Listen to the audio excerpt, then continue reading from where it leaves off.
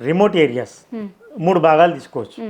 ఒకటి బలమైన పంచాయతీలు, బలహీన పంచాయతీలు, మేజర్ గ్రామ పంచాయతీలు, తండాలు అండ్ అర్బన్ ఏరియాలు, సబర్బన్.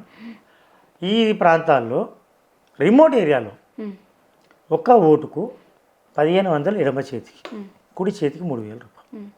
మా ఇంట్లో సర్వెంట్ పనిచేస్తారు తాండ్రు బషీరాబాద్ రిమోట్ ఏరియాలో.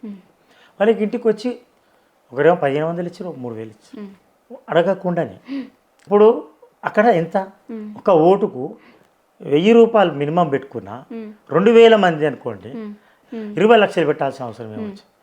అటు నుంచి మళ్ళీ టౌన్ ఏరియాకి వస్తే, టౌన్ ఏరియా చుట్టుపక్కల ఉండేవి, మున్సిపల్ చుట్టుపక్కల ఉండేవి 3000 మినిమం, 5000, 6000 మ్యాక్సిమం.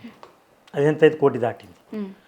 అక్కడి నుంచి నువ్వు హైదరాబాద్కి వస్తుంటే డబ్బు ప్రభావం పెరిగిపోయింది.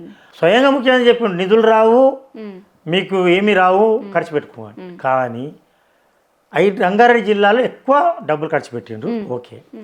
కానీ అర్బన్ ప్రాంతాల్లో, రూరల్ ప్రాంతాల్లో కూడా అదే ఖర్చు పెట్టిండ్రు. 1 కోటి రూపాయలు మినిమము ప్రచారానికి, 2 కోట్ల రూపాయలు పంచడానికి, 3-4 కోట్లు ఒక ఉన్నవాడంతే లేనివాడంతే.